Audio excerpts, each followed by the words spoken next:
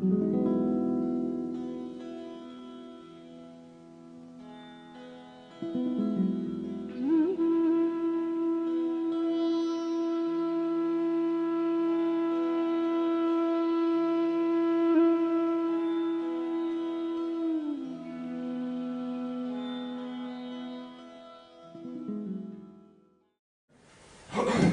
doing good, avoid fame. I made a mistake. It's not me, it's a teaching. There's no teaching like this in spiritual world. The modern spiritual world, the Western spiritual world. It's okay, it's good. We all come from there, but there's no meat there. This is red meat. You want to sink your teeth into something spiritual? That's what Vedanta is. You guys have all paid your dues. You've been around. You've been to all the satsangs, read all the books, done all the practices, have all the experiences. And that's good. It's a preparation.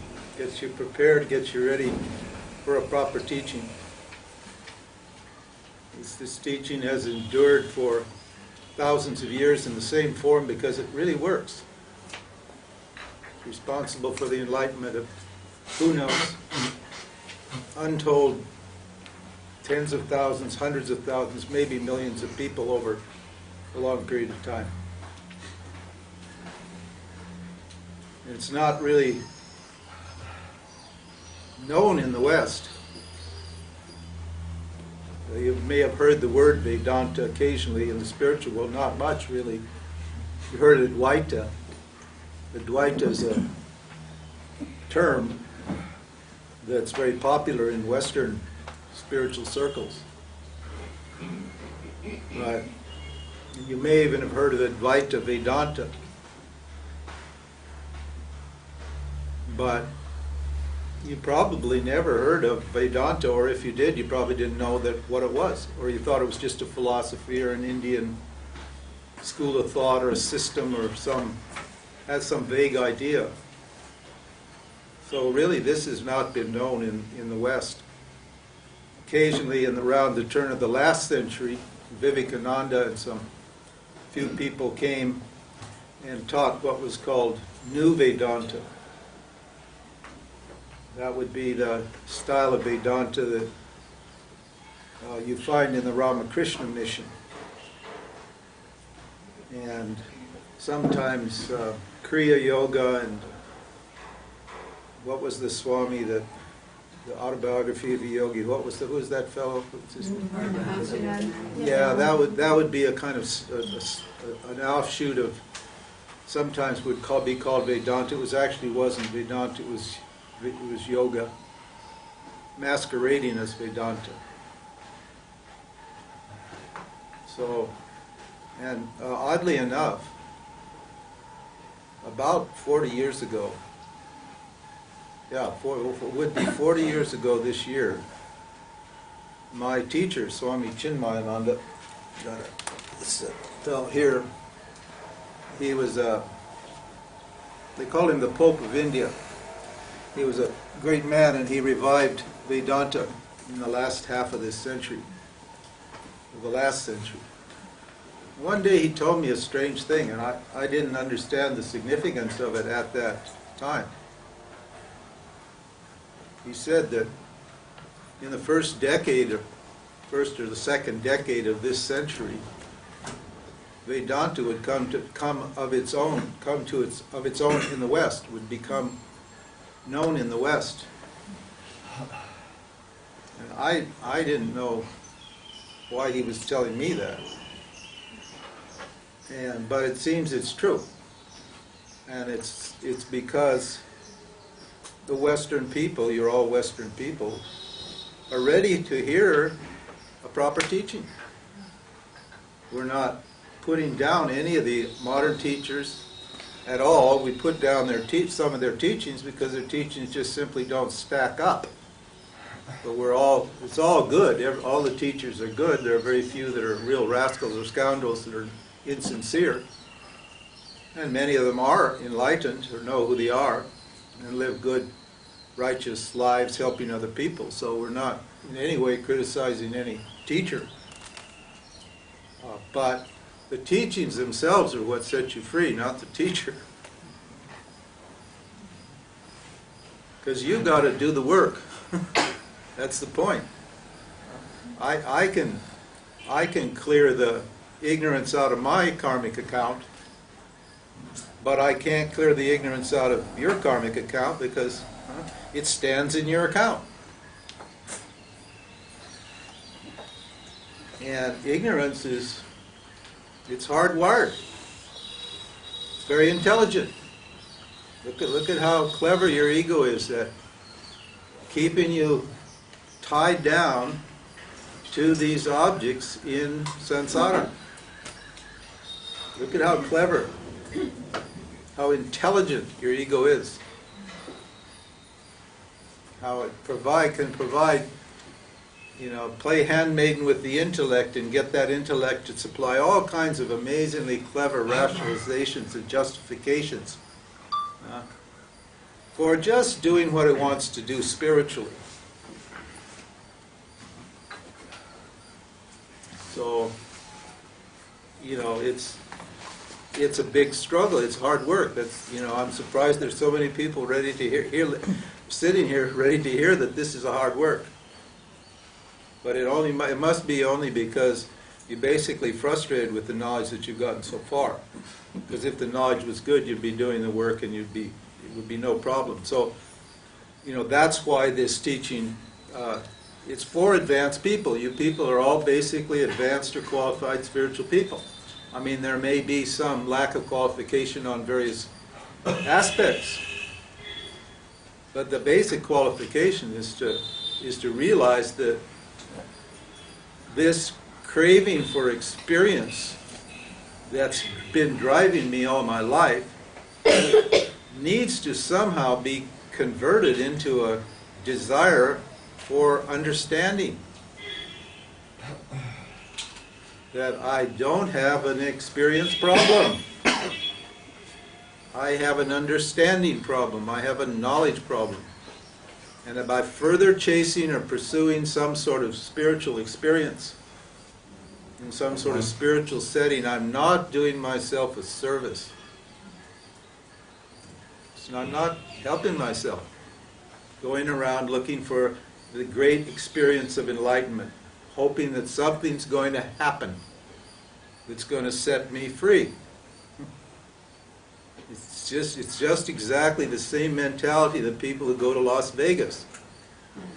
They think they put $1 in the slot machine and pull a lever, millions are going to come out.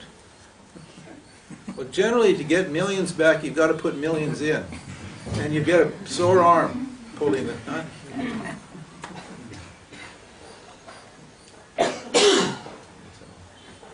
So that primary qualification is that I understand that I simply don't know something about myself and about the world.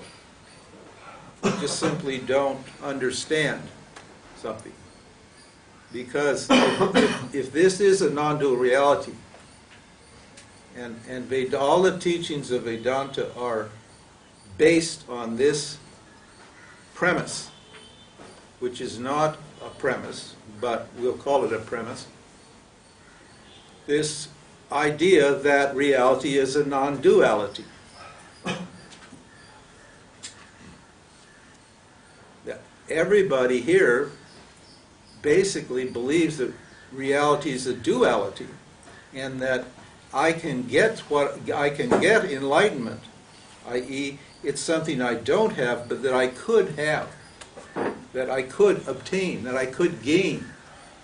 But enlightenment is not the gain of something that you don't have. Enlightenment is the discovery of a rediscovery of something that you do have.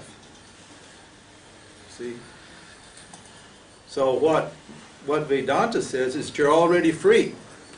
You're not going to get free. You're already free. You believe that you're not free.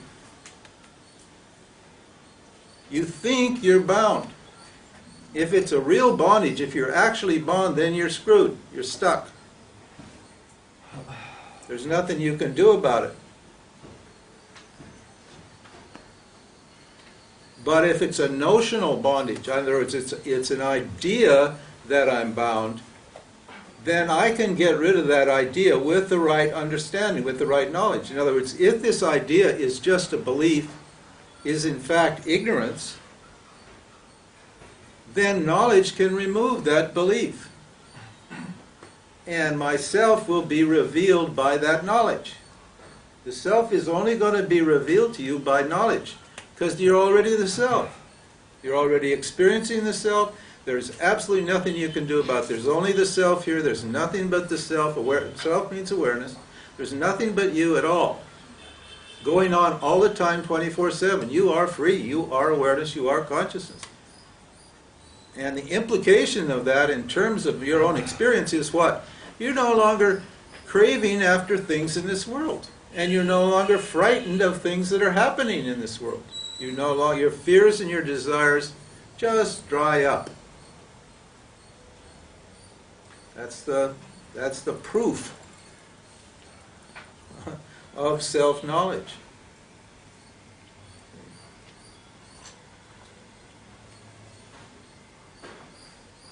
And for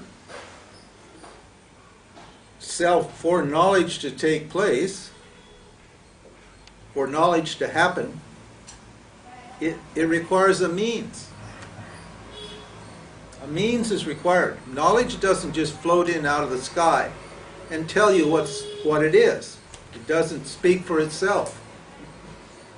Knowledge is always present.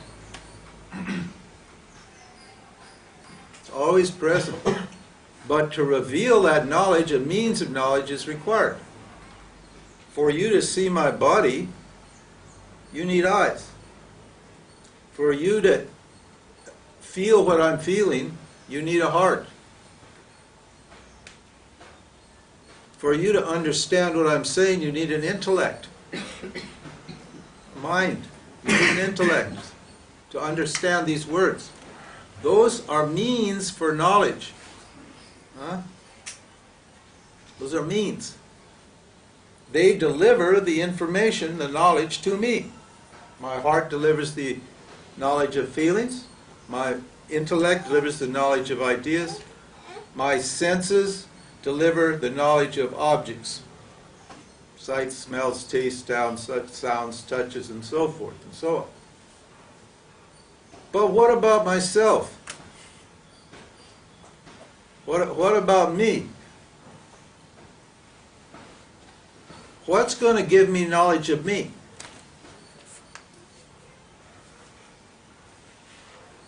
Okay, those three means require objects.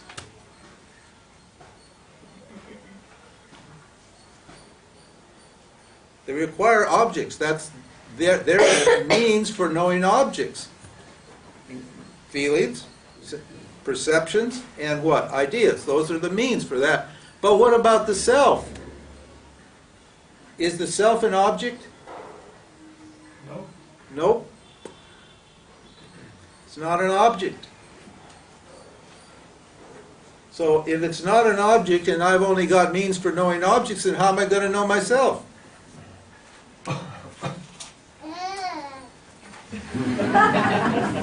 Yeah, it's not going to work to have a baby in here, I'm sorry. It's just not going to work. You're just going to have to take the baby out. I'm sorry. It just won't work. I can't, I'm trying to teach you and give you this logic and this understanding. We get these distractions. It distracts me and it distracts you, and then I have to go back and start all over again every time. It's not that I'm a cruel, mean, heartless guru. I love kids, but they don't have any place in this kind of satsang. Sorry about that. Okay.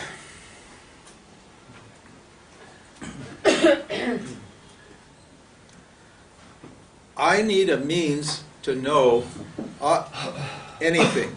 Anything. And enlightenment is just the knowledge of who I am. That's all enlightenment is, because I am who I am. You're not going to get who you are. You already are who you are. You don't know it, so but I need knowledge. But awareness, which is me, my nature, awareness, cannot be turned into an object. This is why when they tell you to experience awareness, or what we jokingly refer to as the this babas, you know, the this, they're pointing at this. This is it. You know that one? That teaching? Probably heard it. They're trying to objectify awareness and saying it's this and that you should be experiencing this. You should be knowing this. Well, hey, awareness can never be a this. It can never be an object. It can never be a that. Or it can never be a this. I am that. Huh? Awareness is never a that. Awareness is always what? The knower of the this or the knower of the that. So you talk about this, and that, what you're leaving out is just the most obvious factor, which is who knows that? Who knows the this? Who's the knower of the this? Who is that? So for that knowledge of the knower, the seer, the awareness, the means I've got are inadequate, and I need a different means. Ergo, therefore, Vedanta. And Vedanta works in a very, very interesting way. It works like all means of knowledge, but it works on self-ignorance, not on ignorance of objects. And how does it work? It just takes away my ignorance about myself. It doesn't give me an experience of myself because I'm already experiencing myself. Well, tell me when you're not experiencing consciousness. You're always experiencing consciousness. You've never ever experienced anything but consciousness, ever. Right now you're experiencing it. If there's any experience going on in the future, you'll only be experiencing consciousness, yourself. So we don't have to deliver an experience of yourself with Vedanta at all. We don't have to put you in some high state and make you feel good. Because any feeling good that you have that happen is going to just appear in you or happen to what? You as awareness. And you as awareness will be unaffected by whatever happens to you. So the problem is what? To get rid of this ignorance. And Vedanta removes your ignorance. And how does it do that? How do we do that? What is ignorance? And how do we get rid of it? Ignorance is simply the notions, the ideas that you have about yourself. That's all it is. That's all it is. And now, yourself is not just pure awareness either, is it? The self is everything that is, and that includes what? The whole of creation. So until you understand what? Satya, the self, and Mithya, the apparent reality, and still you understand it clearly, you're not going to be what? Free. Because there's a part of you that's living here in this apparent reality that's not free. So you better understand what this apparent reality is and how it relates to awareness. So you need a complete teaching. And all your ignorance about your body, your mind, your intellect, your energy, etc., etc., etc., all that has got to be examined carefully. Objectively. Not according to how I want it to be, or think it should be, or believe it should be, but according to the facts. And this is just a science, Brahma Vidya it's called. It's the science of consciousness. The science is not personal. Science has a methodology, and anybody who uses that method is a scientist, and any conclusions that come about as a result of that method are considered to be true. Now, Western science, all it deals with is what? The material world. Psychology tries, it's a science, an emerging science, you could say. It deals with what? The psychological universe. Physical science deals with the material universe. Psychology deals with the psyche, the psychological universe. But what about consciousness? What's the science of consciousness? Where's the science? Because some Tom, Dick, or Harry, some spiritual person, has a revelation or an insight or an epiphany, it doesn't make his or her teachings what? Scientific or impersonal. And it doesn't qualify to remove your ignorance at all. You go to these big people and you think that the words of somebody who's had or says they're enlightened or have had some non-dual experience, that those constitute a valid means of knowledge. You're incorrect. I'm sorry to say. You're incorrect. It does not constitute a valid means of knowledge because it doesn't include what? A careful analysis of the whole of existence, which is what we're doing here. This is what we're talking about here. You just look at this, huh? How these are called the 24 cosmic principles, the tattvas of the Dharma field, and how that all works. Every single factor in this field is affecting you in some way or another. And unless you understand what those factors are and how they work and how they interrelate, you're not going to be free. These are subconscious or unknown or hidden factors that need to be brought into your awareness or into your consciousness so you can what? Use that knowledge to like transform yourself and prepare your mind for freedom.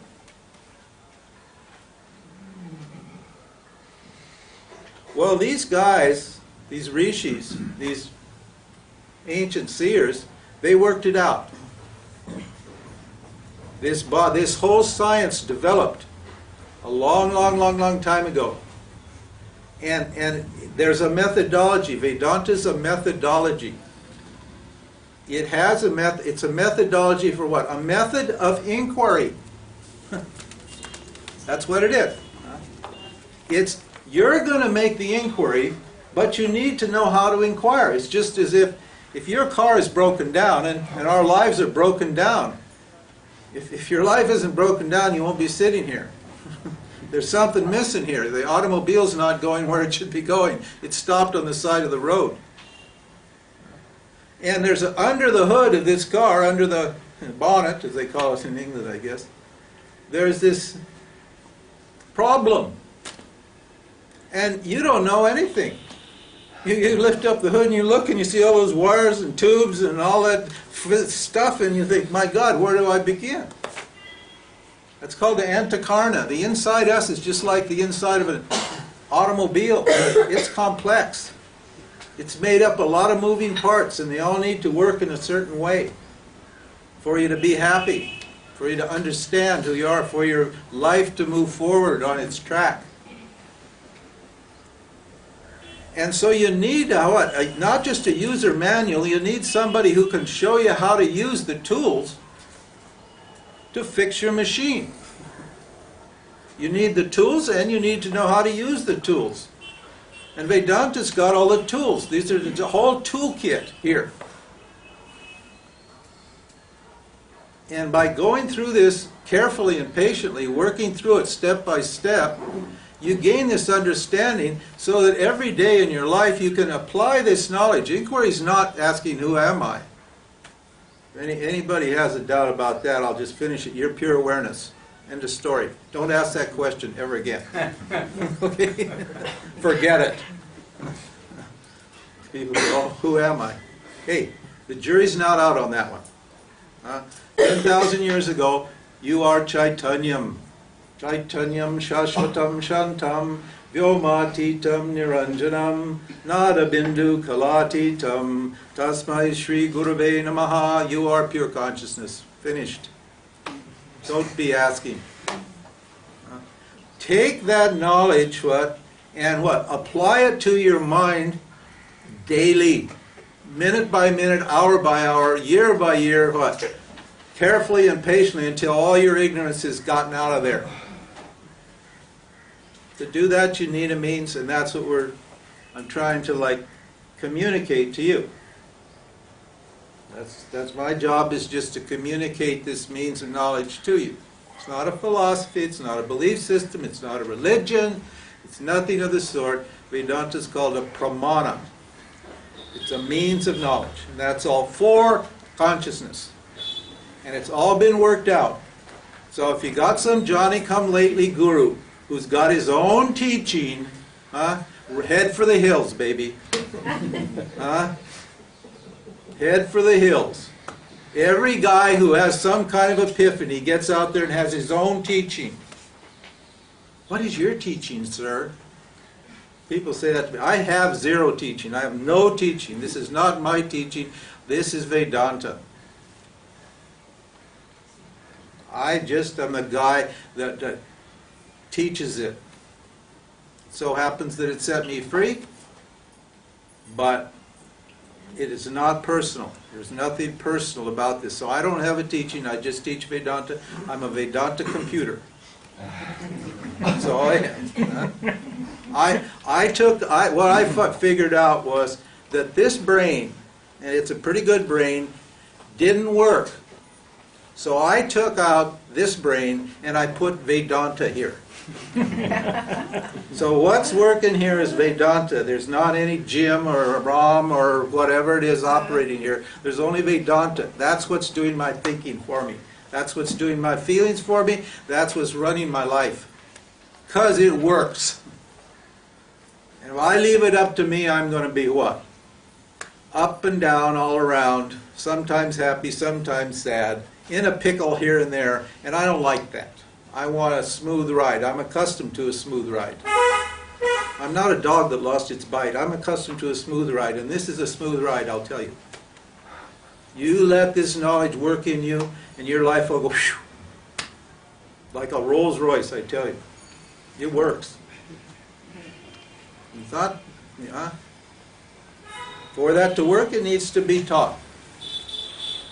You're not going to work it out on your own. Don't have that vanity that you're going to figure it out on your own. Just be humble, open your mind, and let me teach you. I'm not asking for anything out of it. I don't get any fame or glory or power or money out of it.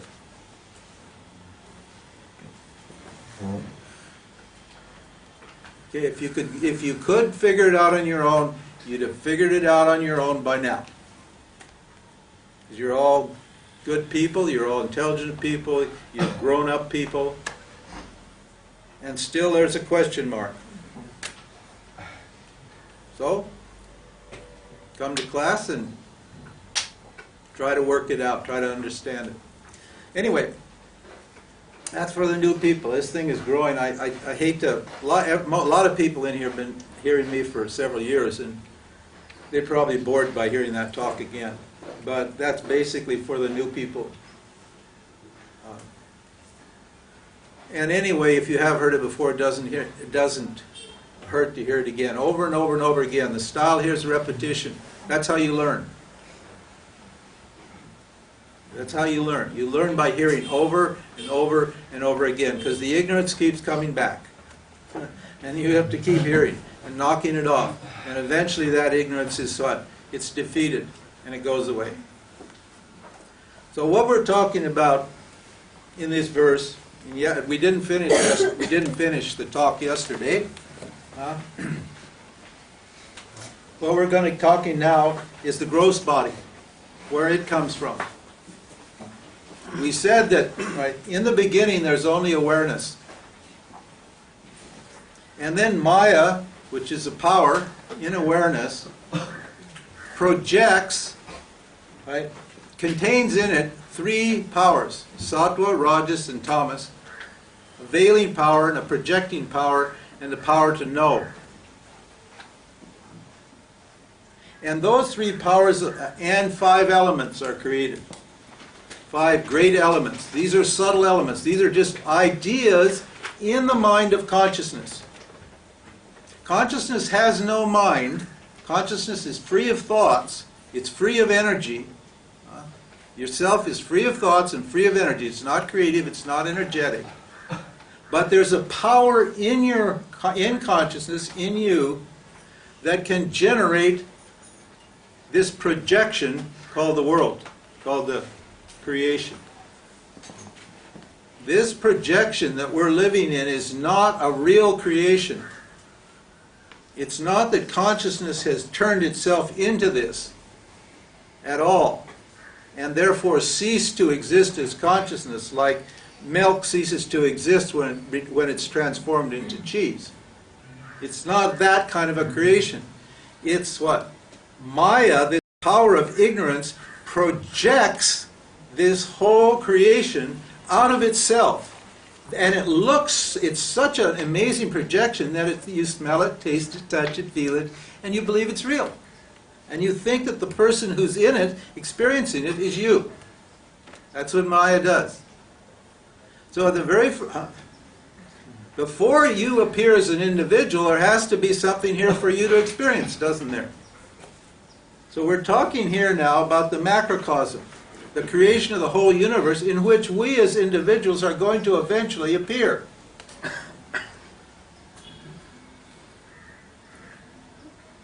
Got to get this clear. And so the first thing that happens is what? The subtle elements evolve. And these subtle elements you'll see here. And those subtle elements, air, fire, water, earth, space, and so forth. Air, space, air, fire, water, and earth. They all have certain properties, and they function in certain ways. This is how awareness operates on the subtle body. We call this whole thing here is the subtle body.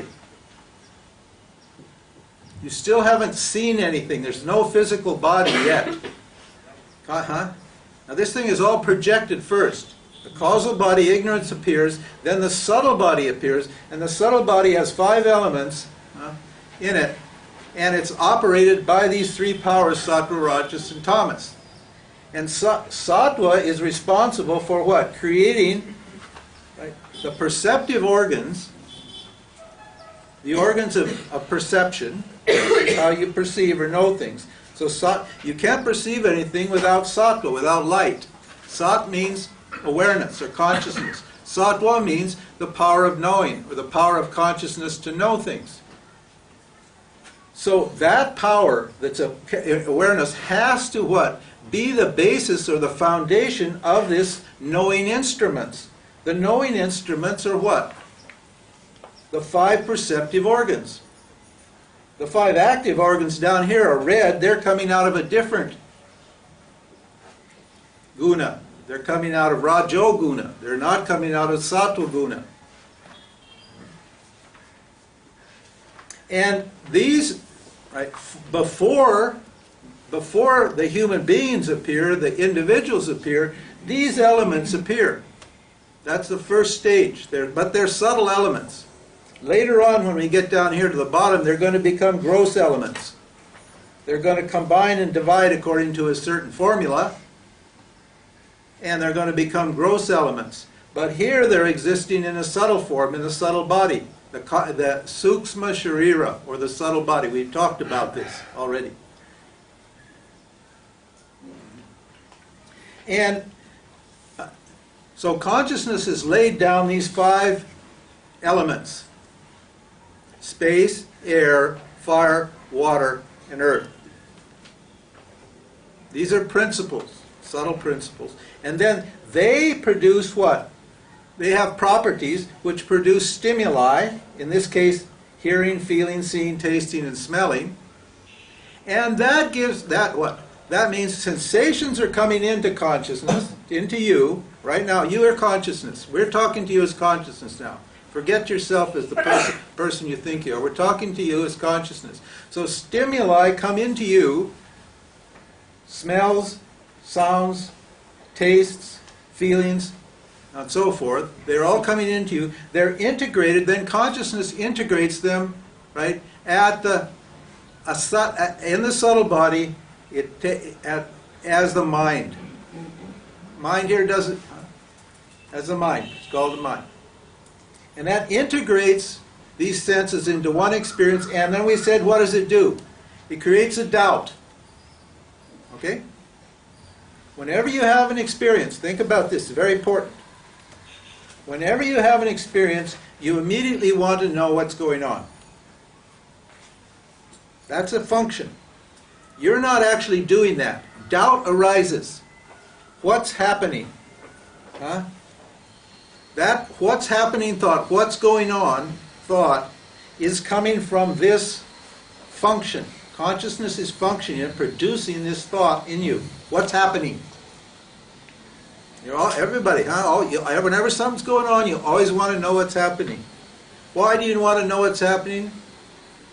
Because you've got to respond.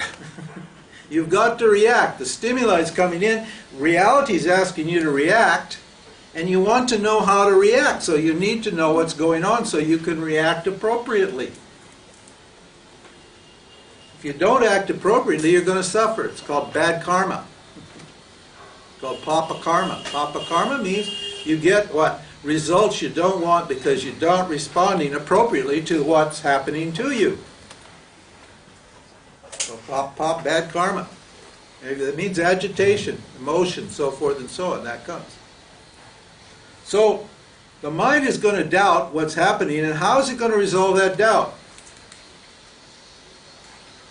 It's going to resolve that doubt when consciousness then what? Functions as an intellect. The intellect is the what? The part of you that can weigh and evaluate things and determine what has to happen.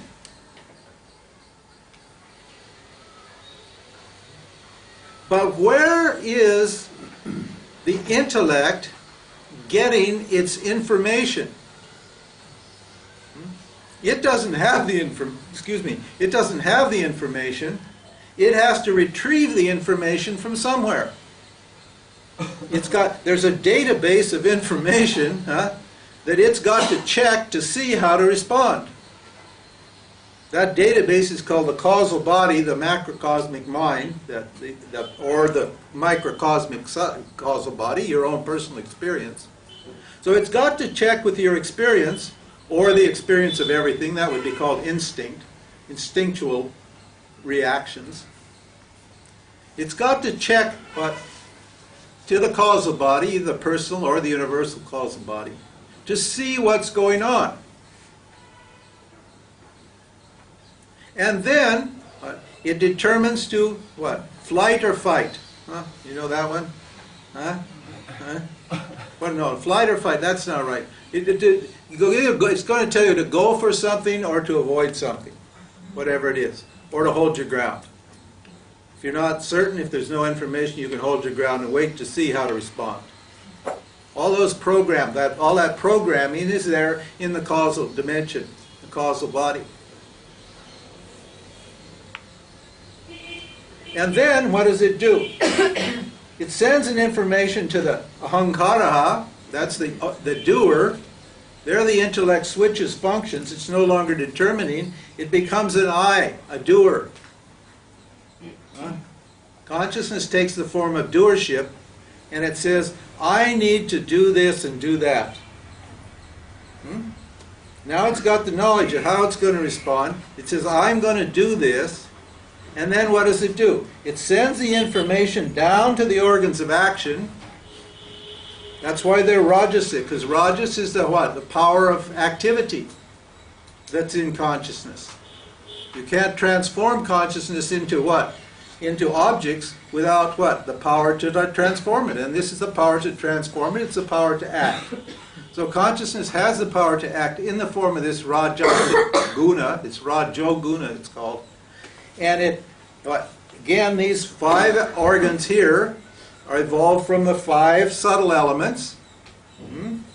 And those 5 organs of action, right, activate the prana systems, which are all, prana means your physiological systems, cause what? The mind to emote.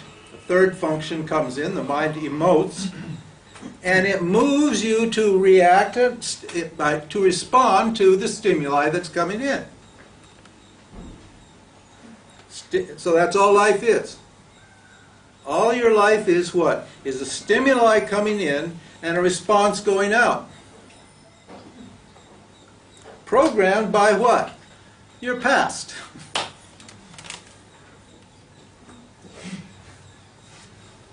In other words, we're a bunch of robots. That's why we're seeking the self, because we're fed up with this habitual, boring, robotic,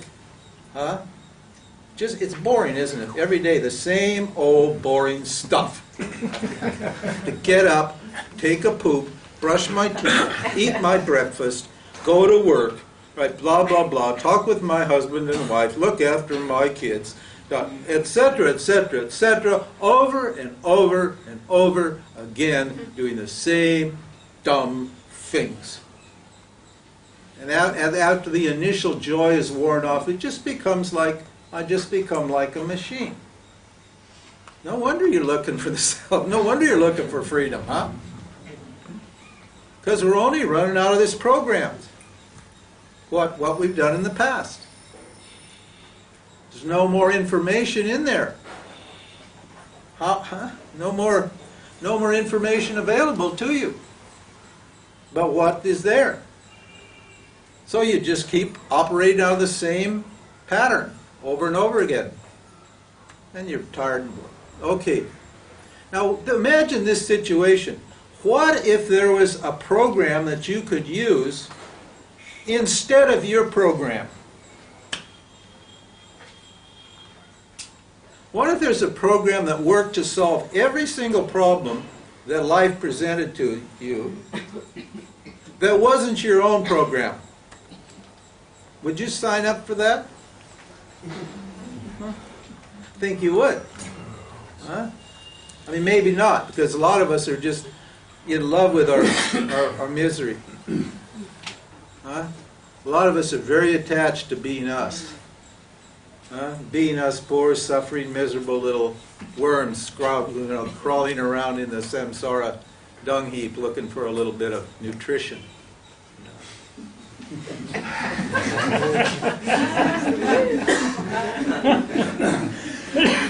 No, don't you? People fall in love with their misery.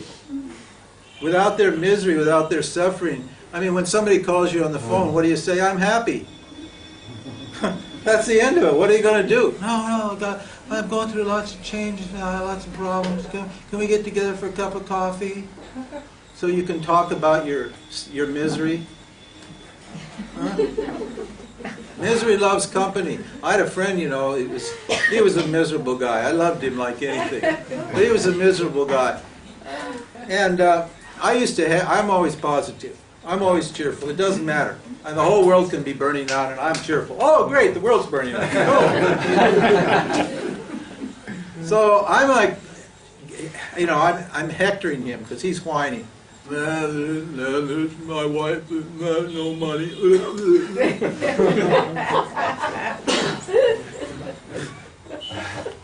So I'm giving him, I'm saying, I'm trying to encourage him. Get on with it, Michael. Come on, go for it, Like a cheerleader.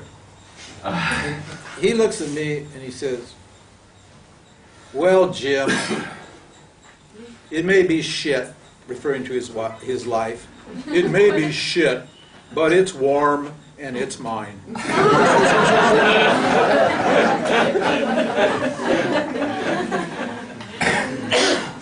Yeah, it's warm and it's mine.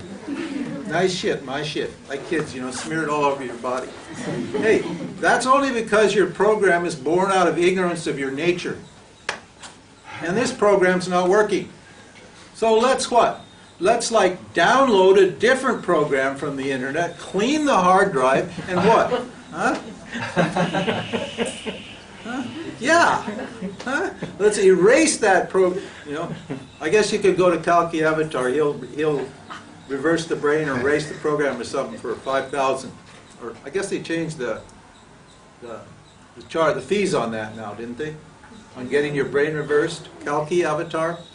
10,000. Oh, it's 10,000 now. Gone up. Price has gone up. Ignorance is getting more hard to remove. No, I met a woman who you know, in the first wave of those Diksha people, went to have her brain reversed because she tried everything. She'd been around since the days of Osho, and she tried everything. Nothing worked, and then she heard about Oneness University and Diksha, and how, and plus, you know, she's not only going to get enlightened, but then she got to be with those 44,000 enlightened people and sit in the Golden Temple in 2012. Hey, tomorrow's 2012. But they're up there in the Golden Temple doing their thing, so not to worry. You know, they're going to save the world for us. And so she went, she paid the 5,000, sat there, I think it was 21 days in those time, and I guess, I don't know exactly how it worked, but you got, they put their hand on your head, and every day maybe the brain, like, you know, obviously God made a mistake, right? He put the brain in backwards.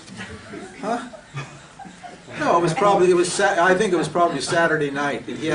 Sunday he gets his day of rest. So he's created the whole universe, and he's got to put the humans in it, so, because, you know, we're the roof and crown of things. It's for our pleasure, well and pleasure, that this world is created. And God's got to put us in there, and he's tired after making the whole thing.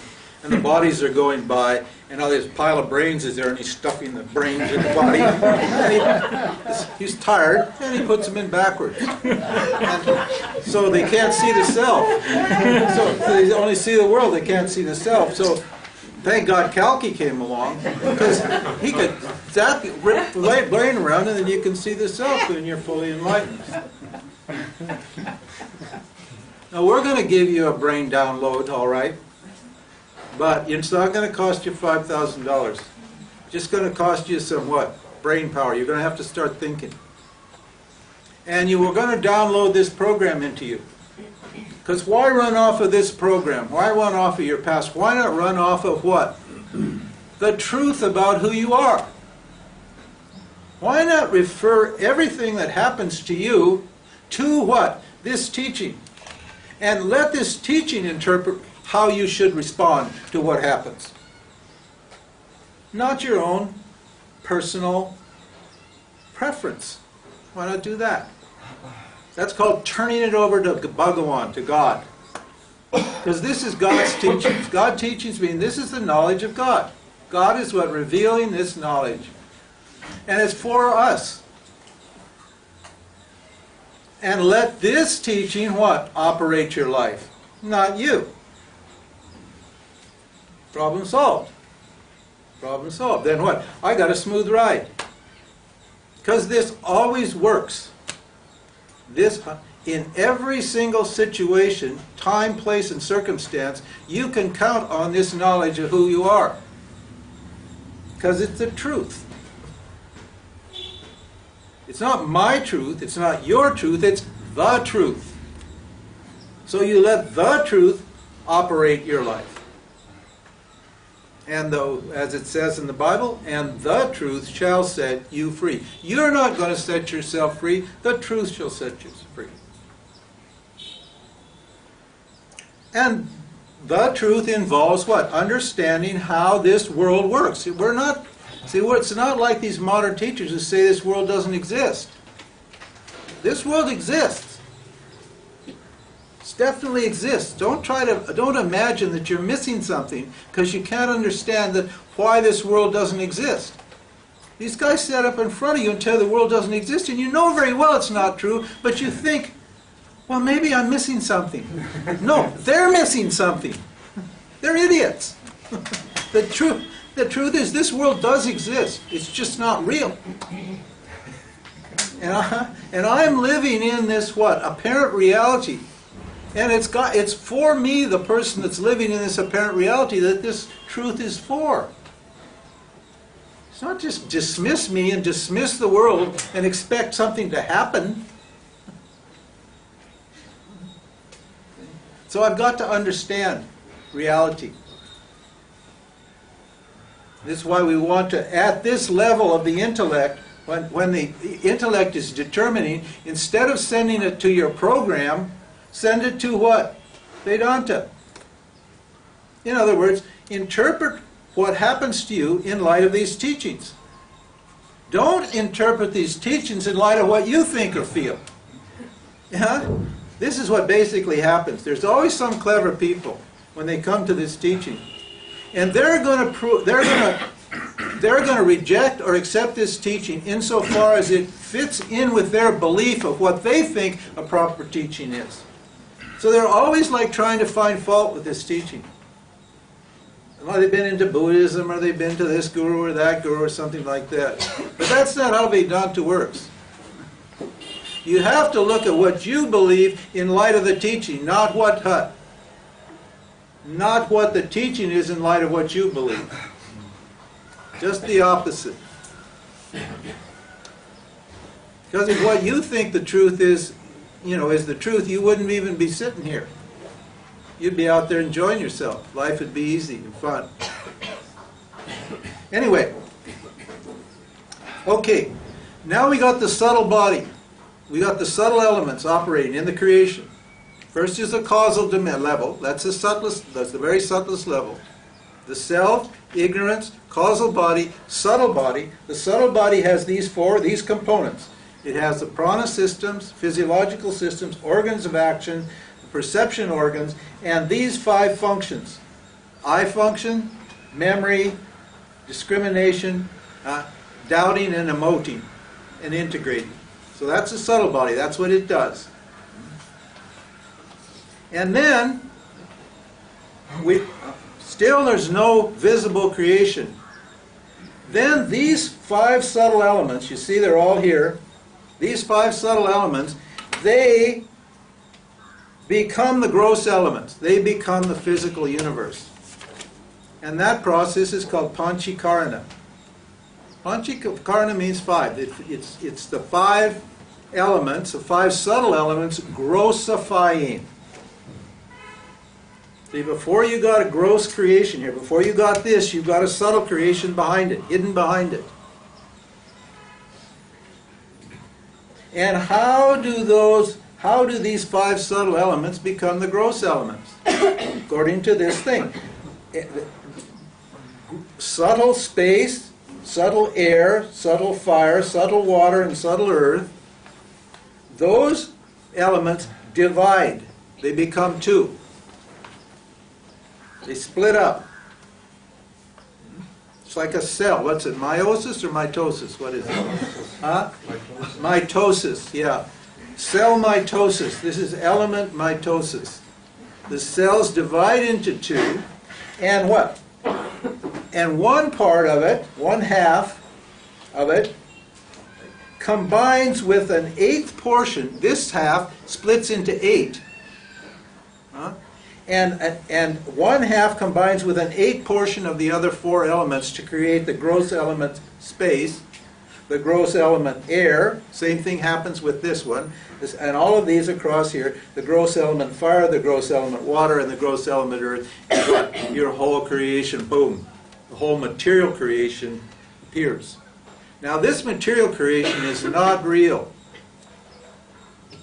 It's a projection. It looks like it's real. When you're what? Looking at the creation through your body, it smells and tastes and touches and feels and sounds like it's real. But it's not real, because when you investigate it, and this is where your modern physics is coming in now. They're starting to deconstruct this whole thing, and they're discovering, hey, there's nothing here. It just looks like there's something here. That's where we're being fooled. We're taking the appearance to be the reality.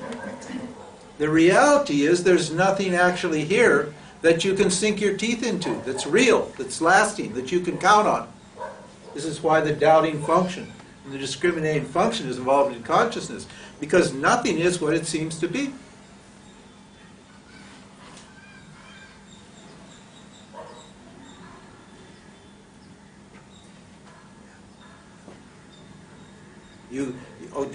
Like the body, you say the body's real. How many people? Most everybody. I mean, come on, be honest. I know you know the answer is that it's not real. But the truth is, you think this is pretty real. But just what is the body? What is it? Is the nose the body? Are the ears the body? Are the eyes the body?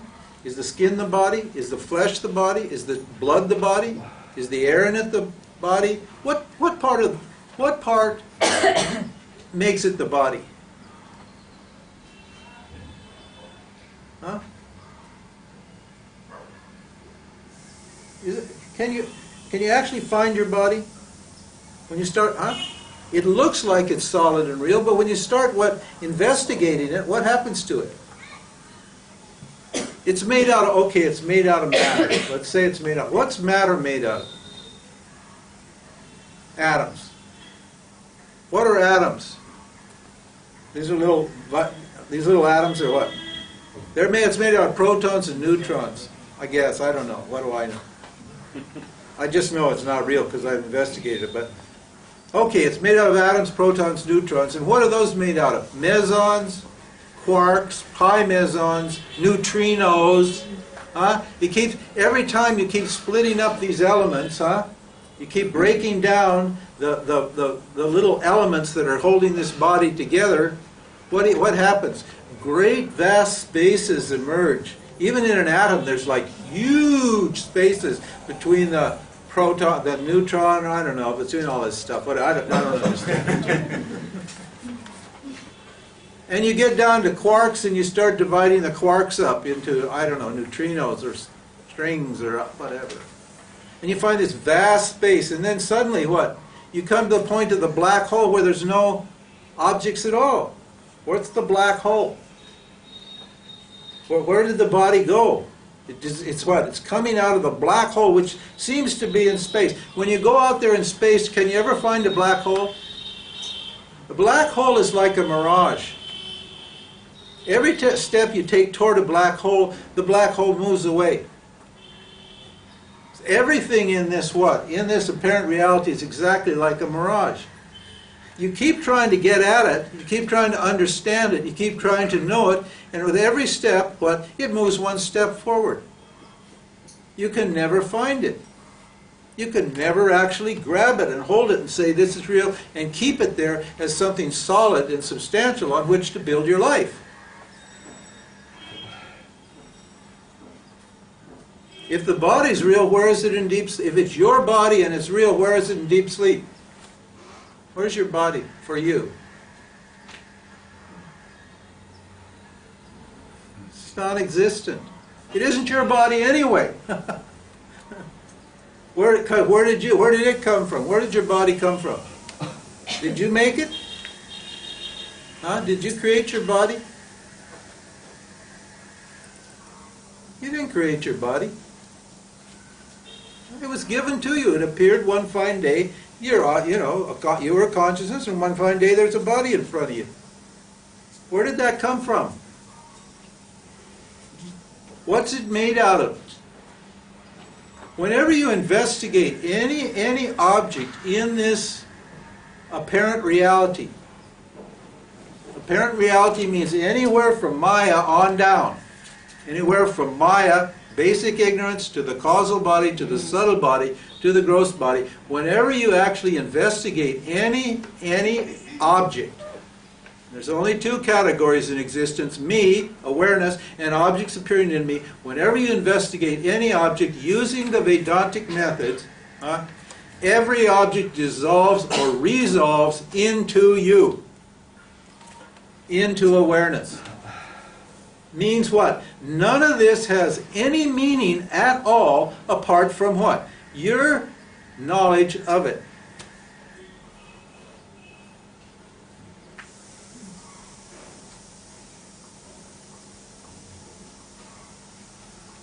So if you're depending, this is what bondage is, it says in here, bondage is depending on an object for your happiness. An object means what? A situation, a person, a physical object, a job, a family, enlightenment, Anything that you can think of other than you is an object, depending on any object for what your happiness, what, huh? Not going to work, is it? Because there's nothing there when you investigate it.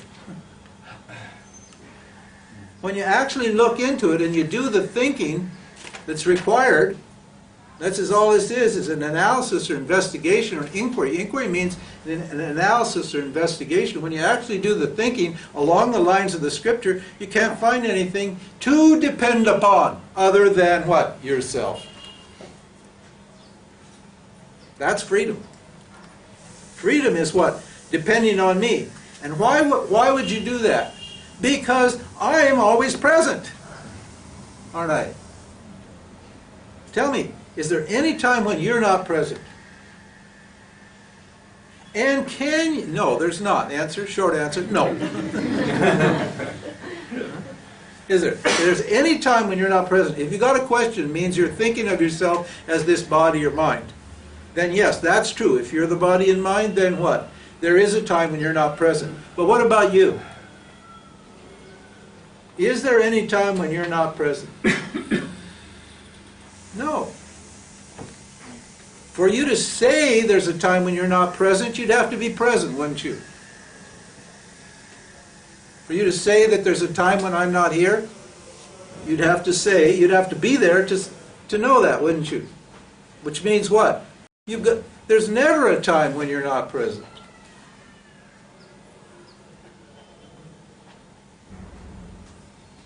Think about it.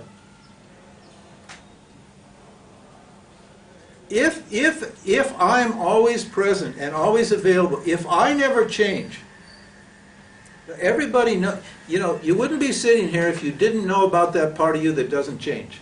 We'll call it a part. Okay, right now we'll call it a part. Because maybe you don't have full knowledge of that as yourself. But everybody that's sitting here knows very well there's some part of them that doesn't change. And that part that doesn't change is what? You. That's all Vedanta's doing, is what? Helping you to identify yourself as that part of you that doesn't change. It's not a part. But when you take yourself to be a human being, it seems like it's a part. It's actually you. And something that doesn't change is what? Free of everything, isn't it? Everything in the Maya world, in the apparent reality, is subject to change. This is why we don't want to invest our energy in it. If you invest in your energy and your happiness in something that's changing, you're going to be continually disappointed. Because the happiness that's delivered by that object is going to disappear. It's going to become unhappiness or no happiness or whatever. It's just not going to remain. And the joy that's coming from the object, that looks like it's coming from the object, where is it coming? It's coming from that permanent part of me. Because my nature is anandam, bliss, joy, happiness. That's my nature. So the joy that seems to be coming from the object is actually coming from me. And if I'm always present and I know who I am, I'm going to be what?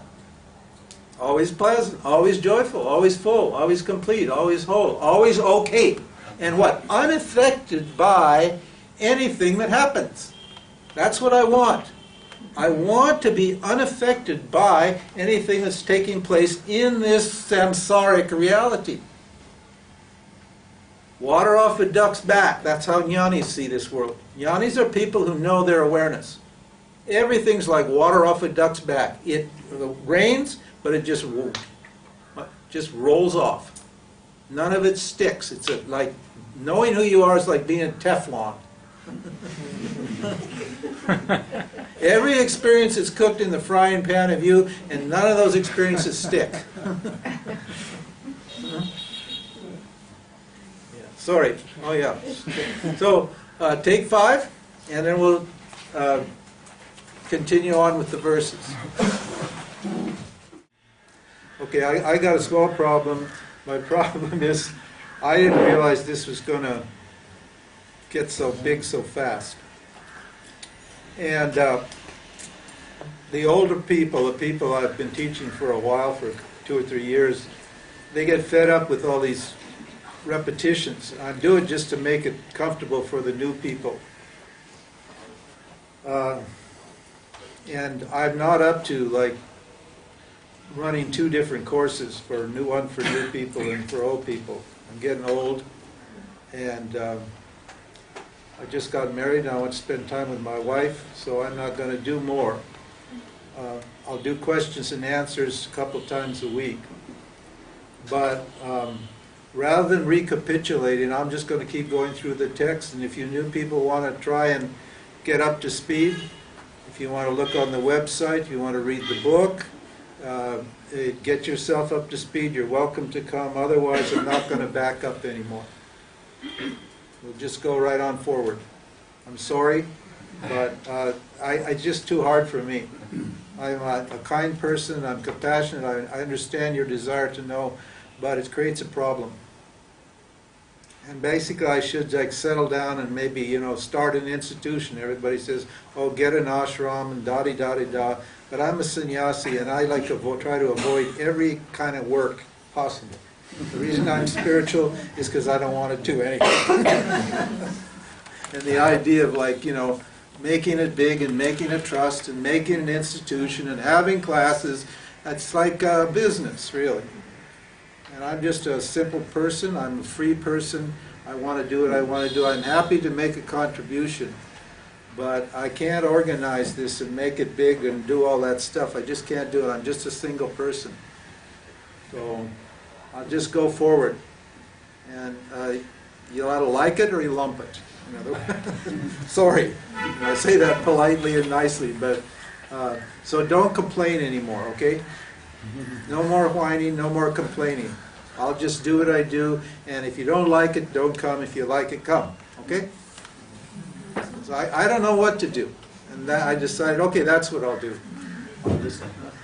I'll just unilaterally decide what's easiest and best for me, and you'll have to, you know, take it or leave it. But then there's still place for questions sometimes. Yeah, on Monday we'll keep your questions. I think probably what you've discovered is that a lot of your questions are being answered as we go, aren't they? Huh? The teaching works that way. So usually if you can just hold your questions, 1 or 2 talks down the line, the question will be answered. Usually it'll come up if you pay attention. There's sometimes you just get stuck. So the other day we had a question and answer session, and on Monday we'll do another one. But try to write them down and think them out. See if you can't resolve them on your own first. And if you can't, then bring them and I'll try to help you with them. And don't be afraid to have a question, because it helps everybody. If you're not afraid to show your ignorance, we're all ignorant here. So, you know, if you're not afraid to show your ignorance, please do, because everybody else or many other people have the same doubt or the same question, and by you asking it, it can help other people. So that way we can all work together to like solve this problem, this who am I problem. Okay, anyway, verse 61. If there are not enough booklets, what are we doing about that?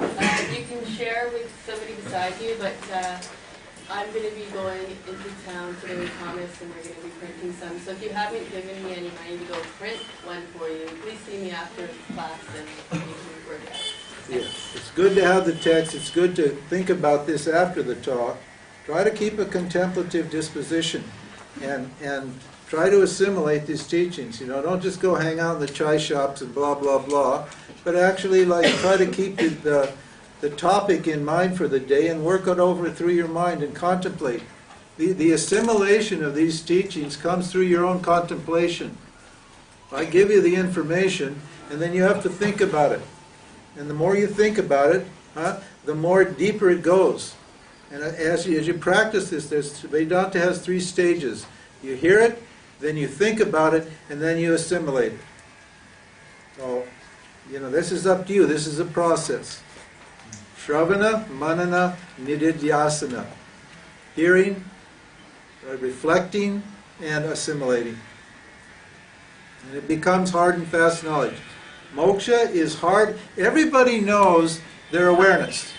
Okay? Everybody in this room knows very well that I'm awareness. But is that hard and fast knowledge? Hard and fast knowledge means, is that knowledge always operating in me? Does that knowledge solve all my problems in life? It's hard and fast when it solves all your problems. When you can dismiss anything that happens with reference to that knowledge on the spot, then that knowledge is assimilated knowledge. So that's where the work comes. You get the teaching and then you do the work. Like that, slowly, slowly, slowly. It's going to take time. If you're highly qualified, maybe you can get it in a matter of months or maybe a year or two. If you're not so qualified, if you got these obdurate problems, obdurate means hard problems, these deep pratibandhikas, we call them, bondages in your subconscious stuff that's hanging you up, love problems and that sort of stuff, it's going to take longer.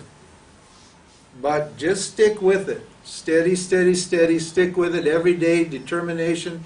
Every day put a little bit into it. Try to keep your mind on the topic all the time. And the more dedicated you are to this inquiry, the quicker, the better the results are. That's the grace. The grace will come because you'll earn the grace by you what? Doing your inquiry. So, grace is not just an accident. It isn't like some people, God decides, oh, they're nice people, I think I'll give them enlightenment, and I won't give her enlightenment, she's a jerk. No, it's not like that. You earn grace by what? The diligence and devotion and determination with which you pursue your inquiry. Okay, 61. The self-awareness can be known by anyone with discrimination. So anybody can get this, what? If, well, if the discrimination. What is discrimination?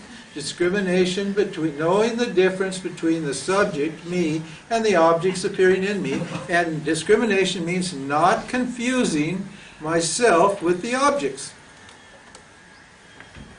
And an object is just anything that appears in me. That's discrimination. The suffering comes because what? I lack discrimination. I get myself confused with an object. And we ran through this yesterday and the day before many times. I think I'm a feeler. I think I'm a thinker. I think I'm what? This body. I think I'm hungry, I think I'm thirsty, I think I'm a man, I think I'm a woman, I think I'm a seeker, I think I'm a, huh? And the I keeps joining up with some object, some thought or feeling or emotion or some situation. The I keeps joining. It keeps identifying with this object. When it does that, it means I'm lacking discrimination. So if you have discrimination, then what? You can get what? You can know who you are simply by what? Getting that knowledge and applying that knowledge consistently. It is okay. What is this self? It is self-luminous.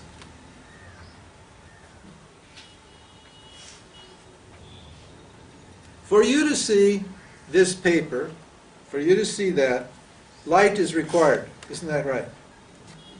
If there's no light in this room, you cannot see this paper.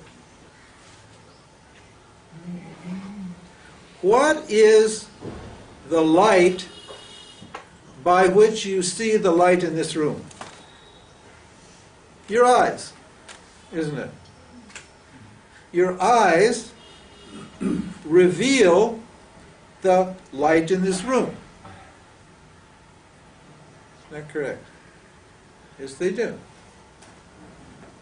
In other words, the light in this room shines after your eyes. Your eyes are shining first, and then what? You can see the light in this room, and then the paper is revealed to you. Now, what is the light that knows or sees the eyes? The brain. Brain, no. Brain doesn't see the eyes. Brain's material. Remember, we said the body, the physical body, is what? Just matter. So matter's not revealing anything, is it? Matter has no light. The brain's just matter. It can't see anything. You ever see that? There's a great movie called Man Facing Southeast. It's an Argentinian movie. Fabulous movie about this enlightened person in the nut house and the psychologist. And in one of the scenes there, he's got a brain and he's washing it off and he's pulling it apart, trying to find the consciousness in it. There's no consciousness in the brain. The brain doesn't light up anything. The brain's just a material instrument that operates nerve systems. Consciousness functions through that, but it doesn't light up anything. No. What is the light that lights up the eyes? The subtle body. The eyes are here. This is the air, fire, water, earth is what? The physical objects. Those physical objects are lit up by the eyes. So the eyes see them. They don't see the eyes, but the eyes see them. Now, what is the light that lights up the eyes? In other words, how are the eyes known? How is the light in the eyes? Well, by the mind, by the subtle body. Isn't it? In other words, I've got a subtle body here, a mind, and I know what I see. Okay? So the subtle body is the light of the eyes. The eyes are the light of the objects, and the subtle body is the light of the eyes. Now, what is the light of the subtle body? This is who I think I am. Subtle body is the person I think I am. What lights up my subtle body? What lights up me? Awareness. Awareness. Remember, we said the subtle body is reflected awareness, and this is what? Pure awareness. Okay? This is pure awareness. This is reflected awareness. The reflected awareness, this person I think I am, is like the moon, and what? The pure awareness is like the sun. So the sunlight or awareness what lights up this person, Joe, Sally, Pete, Sam, whatever my name is, that person that I think I am, we call it the subtle body. We don't say you're a person, we just say you're a subtle body. You think you're a person, but we say you're not a person.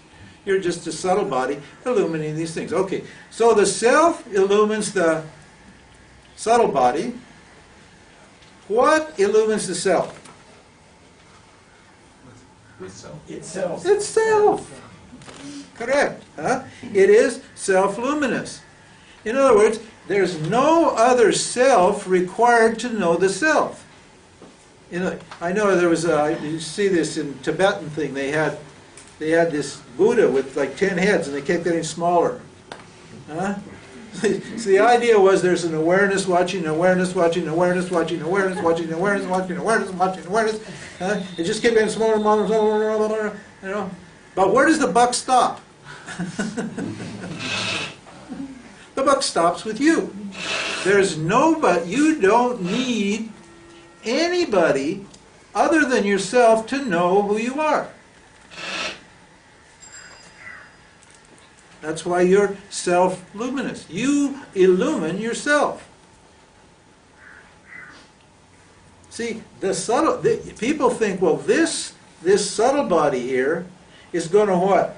Know this or experience this self. This is the experiential notion of enlightenment.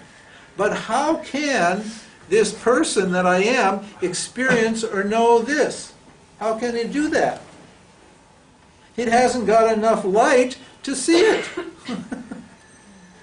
You haven't got enough faculties or light, enough reflective power You know, the moon wants to know the sun. It hasn't got enough light to bounce back to see the sun, does it?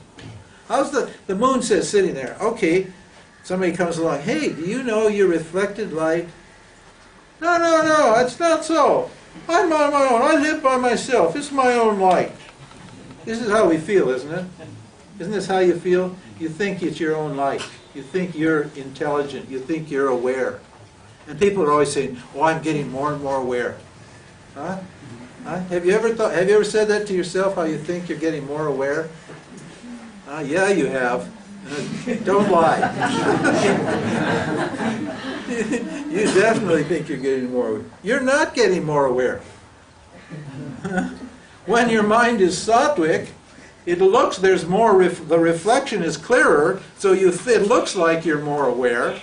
When the mind is tamasic, dull, it looks like you're less aware because there's less reflected light on what? On the subtle body, on you. But in fact, what? You're not getting more or less aware, just like the moon's not getting more or less aware. It's just an inert, reflective surface.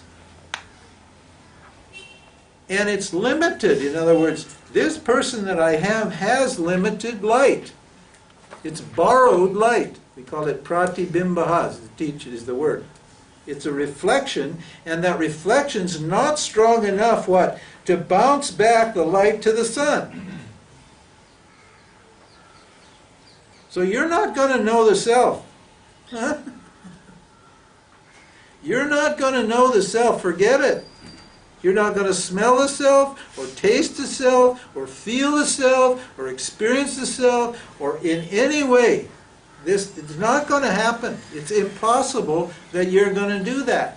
That's going to happen to you. Because you're just a what? Inert reflector. You're borrowing everything from what?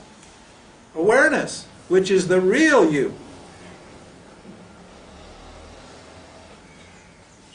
Trying to know the self with your mind is like what? Taking a flashlight out and looking at the sun. So, There's a guy walks out and he says, "Oh, hey, do you know what the sun is?" "No, it's up in the sky." "Oh, how am I gonna? Oh, I'll get my flashlight. I'll have a look." Hey, that flashlight's never going to reach the sun. And anyway, even if it did reach the sun, you don't need a flashlight. Why? Because you can see the sun in its own light, can't you? So do you need anything to know who you are? To be who you are? What do you need? What do you need? Awareness is just what? You are just your existence. What do you need? What do you need to exist? Are you, now think about this, are you sitting here being every minute? In other words, doing something to make yourself exist? No. You're not. Being is not a verb. You are. You are. There is nothing you can do about it at all. You're not maintaining yourself or creating yourself or being anything. You are what? You are. You exist. By what? By virtue of nothing other than the fact that you exist. And what is the nature of your existence? The nature of your existence is what? Light. Light means what? Light is a symbol for consciousness. And don't think that what we're talking about here, you're supposed to see some special kinds of spiritual lights. Okay? Light doesn't mean experiential light. People get all these things, I saw the white light. Well, yeah, you saw what? When you saw white light, your mind was still, awareness reflected on the subtle body, and you had the experience of light.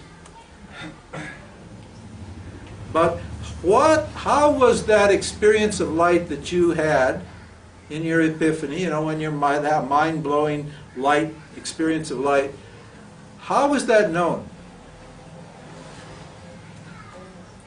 Huh? It was known by me. In other words, I was there before the light came on, I was there while the light was happening, and I was there when the experience of the light ended. Isn't it? I was a conscious, awareful being, or conscious being, you could call it. A conscious, awareful being is not right, because awareness is not a person. It's not limited, so to call it A is not correct. As awareness, I was there prior to the experience of the light, during the experience of the light, and once the experience of the light was over. So don't think when they say the word light that you're going to have to have some special experience of light. The light we're talking about here is the knowing principle. The I. That's you. And this person that I think they are is what? The known object. The person that I take myself to be is what? Appears in me as a known object. My problem is what? All I'm doing is confusing who I am with my reflection in my mind. That's all. And discrimination is what? Discrimination is not making that mistake. It's a partless whole. Okay? The self is a whole that's not made up of parts. The word is purnaha. Right? Now normally you think what? I'm made up of all these parts. I'm what? I got an intellect, that part, I got a mind part, I got an ego part, I got my subtle body, I got my physiological systems, the pranas, I've got all the air, fire, water, earth, and ether. These are all parts making up me. Wrong. It does look like I'm made up of parts, no doubt. But are those parts actually parts? Or are they a projection of Maya, of ignorance? In other words, does Maya make it look like I'm made up of parts, when in fact I'm a partless whole? When you investigate awareness, you can't find that it has any parts in it. Right now, try to think about awareness. Can you find any parts in it? You can't. It seems to be made of parts when I look at what? Awareness through this subtle body. When I look at myself through my subtle body, it looks like everything's made of parts. It looks like the trees and the sun, the moon, and all this stuff is all cobbled together, and it's all working like a bunch of parts. But in fact, there are no parts here. And we know that by what? Inquiry. We investigate.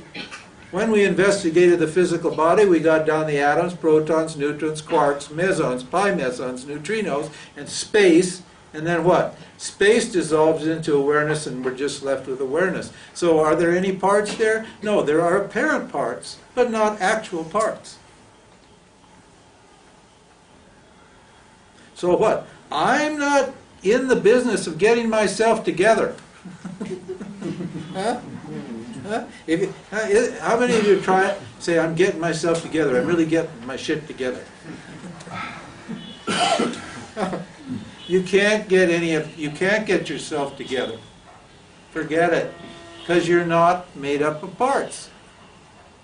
So how are you going to join yourself up, fix yourself up, get all these parts working, so what? So you get happy? How are you going to do that? Because you're not made up of parts in the first place. Back it in on this yoga business, fixing yourself, joining up, connecting all the little bits. All the little bits are already connected.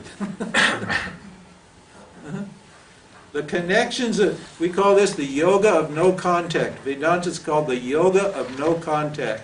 Yoga means to connect, to join, to hook up different parts. In the yoga model, you're meant to, this subtle body is meant to connect to the what? Awareness, to the God. This is the God principle or the self principle. And then this principle, the person that I think you are, which is taken to be a real person, that real person is meant to connect with God or awareness. And that's called yoga, to get in connection, right? To hook them up. But hey, this and this are non-separate.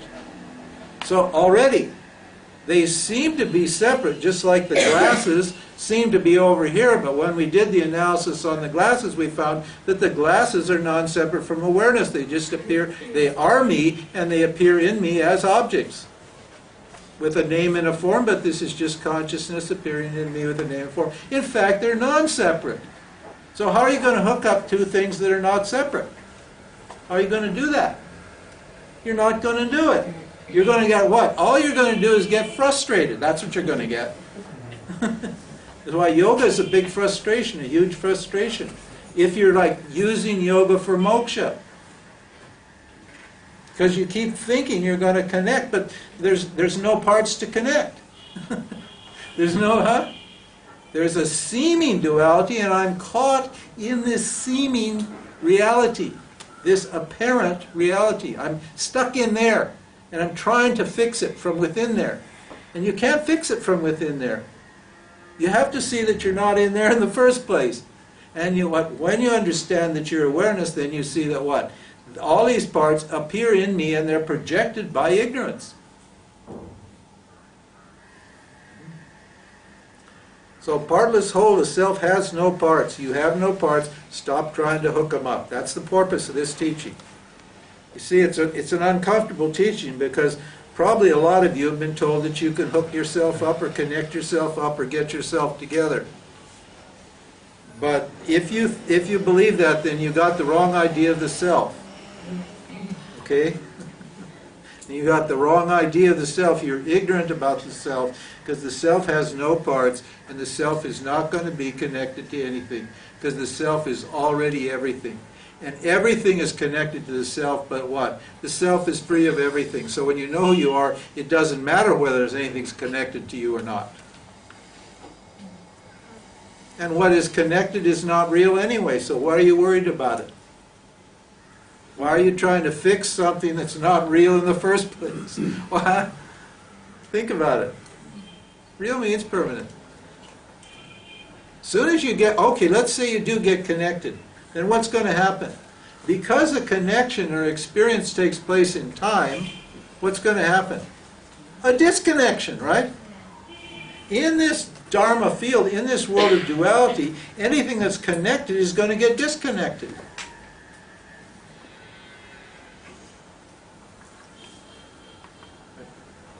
Like in the love business, you feel like lonely and you want to get in love, so you want to connect with somebody to love, huh? That's why that kind of connection, love, never works. The only kind of love that works is what? The discovery that you're awareness. Huh? Then what? If you find somebody else who knows their awareness, what? You got no connection problems, do you? So you got no relationship problems operating, do you? Because both persons know their awareness. So they're not what? Trying to connect to each other and make the relationship work. In other words, the joy is coming from the love is coming directly from the self, because the nature of the self is parama prema swarupaha. It means the nature of what? Limitless, non-dual love. No connection required. No effort required. It's a non-dual love. Because there's no parts to connect, baby. It only works here because this whole connection idea only works because you're mistaking yourself to be this. See? You can see why this love thing is such a problem. Huh? Because you got an incomplete, this is an incomplete entity. This is an apparent part in an apparent creation is incomplete. And it wants to complete itself by hooking up with another, apparently complete being, apparently an incomplete being. Right? It wants to hook up with somebody else. I never did understand how people looking for love would go on the internet and try to find love from people who are looking for love. Because if people are looking for love, That means they don't know what love is. So why would you go there looking for somebody who's looking for love? So only by knowing that your awareness, what, can you solve this problem of connection? Because there's no parts to connect. Think about it. Take some time, contemplate on this. It should destroy this craving, if you really understand this craving, this need to hook up with something. No, I'm just using love. There's anything. Hook up with a job or hook up with whatever it is.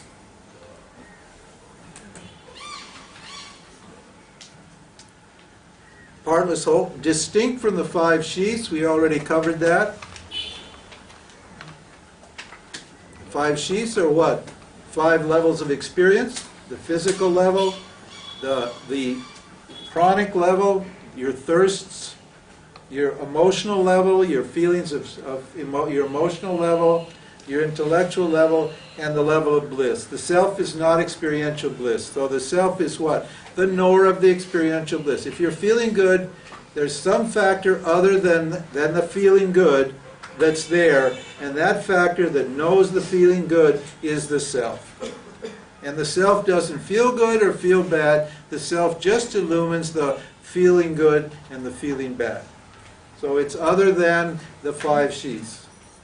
Witness of the 3 states of experience. We covered that the other day when we unfolded the teaching of the Mandukya Upanishad. Changeless and untainted by anything that is in contact with it. It's a Teflon. We covered that earlier. Self is covered with Teflon. Nothing sticks to it. That means, and when you think about this honestly now. Everybody here's had, I don't know, hundreds of thousands of experiences, haven't you?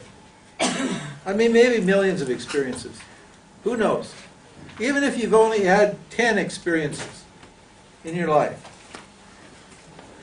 Where are those experiences now? Where are they? I don't see them. You say you've had all these experiences, but if you had them and they're real, they'd be here available for me to see, wouldn't they? Huh? If they're actually real, if they actually happened, then they'd be available. They'd be present for observation and experience. But where are they now? Where's all your experiences? Yet I see you sitting here radiant and aware. I see radiance and awareness here. The radiance of awareness I see here shining. That's immediately experienceable and immediately observable.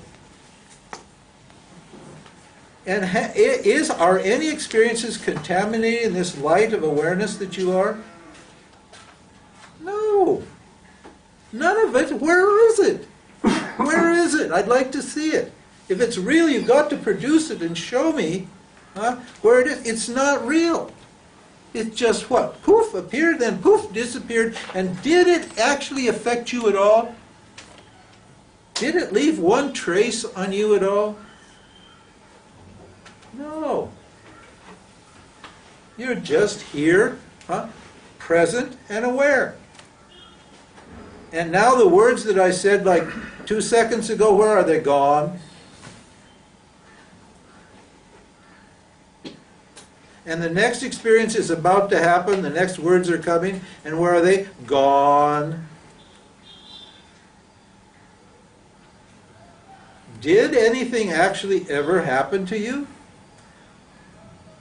Where is it? Nothing ever happened to you.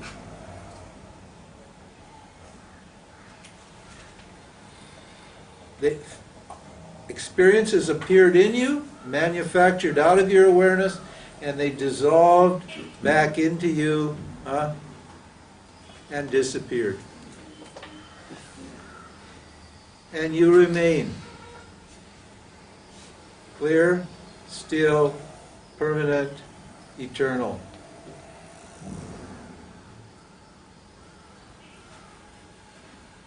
You're not affected by anything. Look at your own experience. You can say that. You think that these things have left an experience on you. That's all. You think that these experiences left a trace in you, but no traces are there. Look and see if that's true or not. Apart from the belief that those things, that what mom and pop did and where you went and all of that, apart from the belief that those things actually changed you and affected you, were you actually ever changed? Or aren't you that same light of awareness that was shining out through that little baby? That when that little baby body appeared here one fine day in front of you? Yeah, you are. You bet. Absolutely.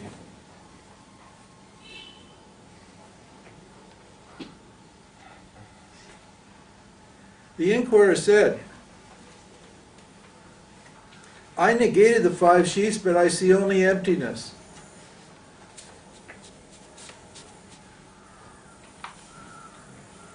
Okay, I only see nothing, huh? Nothing ever happened, huh? I only see emptiness, all right?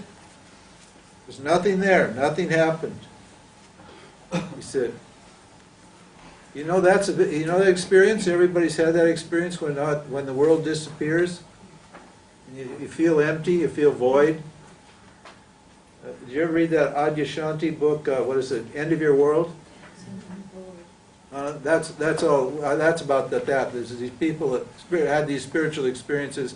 Either the experience negated the world, which blew their mind, and they realized there was nothing there, and so they got depressed because, this is the situation he's talking about here. Here, right? We've consciously negated the world, but whether an experience negated the world for you or what, you consciously thought it through and understood that there was nothing in the world, that you come to this point of view of what? There's nothing out there. Oh, you know, oh God, you mean I've been wasted by all my whole life trying to find something out there, and there was nothing out there? What am I going to do now? What's next? That happens all the time, every day. What's the problem with that? He says that's where he's stuck. This is where we all get stuck here at this one. If the world is empty, what am I going to do? Well, you're going to have to look and see that it's not actually empty. It just looks like it's empty. Why? The teacher said yes. He said, the student said, is there something else? Am I missing something here? Yeah, you're missing something here. We're taking a poke at the Buddhists here, okay? Please, don't get excited. We love the Buddhists. They're all us. They're all God. They're all consciousness.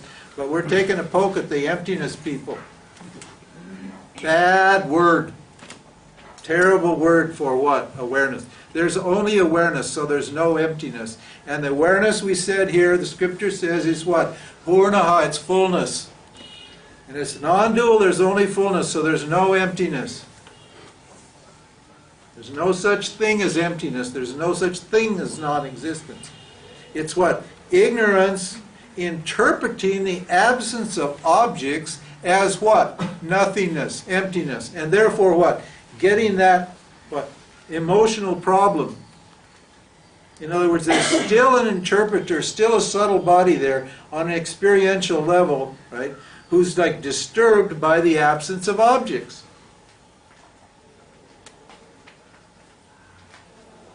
It's a big problem. This is at the final level. And Vedanta's going to sort this out for you. What does it say? The teacher said yes. It says, yeah, you bet. There's something else you're missing. You're looking at it. What are you doing? You're looking at the absence of objects is the same as looking at the objects, isn't it? Huh? What are you not looking at? The knower. Huh? How is the absence of objects known? How is it known? That means there's nothing there, isn't there? Huh? You're saying there's nothing there. You're saying it's empty, but you're not looking deeply. You're just looking at what? The absence of something, and you're interpreting that as what? Incorrectly. There's a presence of something there, and what is the presence? Me. Awareness. And awareness is what? Full. Purnaha. Complete. Purnaha. Full. Never, ever, ever incomplete. This emptiness is filled with the what? Awareness. And what is that awareness? Me. So the idea, look for the knower. And the nature of the knower is fullness, Purnaha. Om Purnamidam Purnat Purnamudachate Purnasya Purnamadaya Purnameva Vashishyate. If you what? If you subtract this whole Maya world from this fullness, this Purna, this self, self alone remains. If you take, this is called, my guru used to call this the mathematics of the Atman, of the self. And if you take the whole universe, the whole world, and you add it back to what? On top of the self? Purna, Purnameva Vashishyate. It just remains full. You take the whole thing away and it remains full. You add the whole thing back and it remains full. The knower, you, is always full, complete and whole. The knowledge of yourself as fullness, as wholeness, as awareness destroys all this desire for connection. Because desire for connection is based upon the belief that what, I'm not full. I'm not whole. That something's missing. But nothing's missing.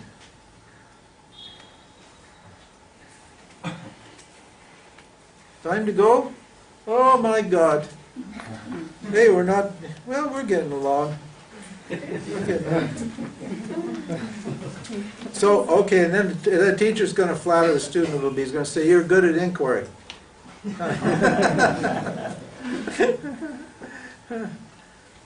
See, the student's not afraid to present his or her ignorance. And we're always looking for what's missing. Look for what's not missing. You're the missing piece in the whole thing. And you're not counting yourself. You're not taking yourself into account. This is the whole problem. You're just looking at yourself with reference to the objects. You're interpreting yourself with reference to the objects that are appearing in you. You're not taking yourself into account. You think what's appearing in you is validating or invalidating you. You think that what happens, good or bad, is a statement about you.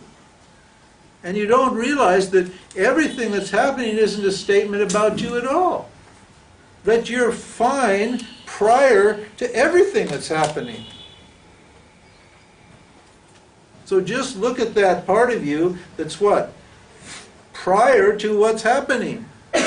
It's always present because it's just you, because you're always present. When are you not present? Oh, no. I have the power of now. I'm going to be in the present now. Can you see the problem with the power of now teaching, the be here now teaching? When are you not present? You can't be in the now. You can't get to the now. You are the now. Now is a very, another dumb word. Emptiness is a dumb spiritual world, and now is a dumb spiritual world. If those things refer to awareness, we should ban them from the spiritual debate, because all they do is create confusion. The self is not conditioned by time in any way. So refer to the self as the now is a bad teaching. Sorry, Eckhart, we love you. But you're wrong. You're right because you're talking about the right thing. You're using a bad word that's misleading people. Every time I hear people say, hey, I want to get in the now. I'm going to be here because I feel better when I'm now. Anyway, tomorrow, 10 o'clock, and we'll pick up here. No more recaps.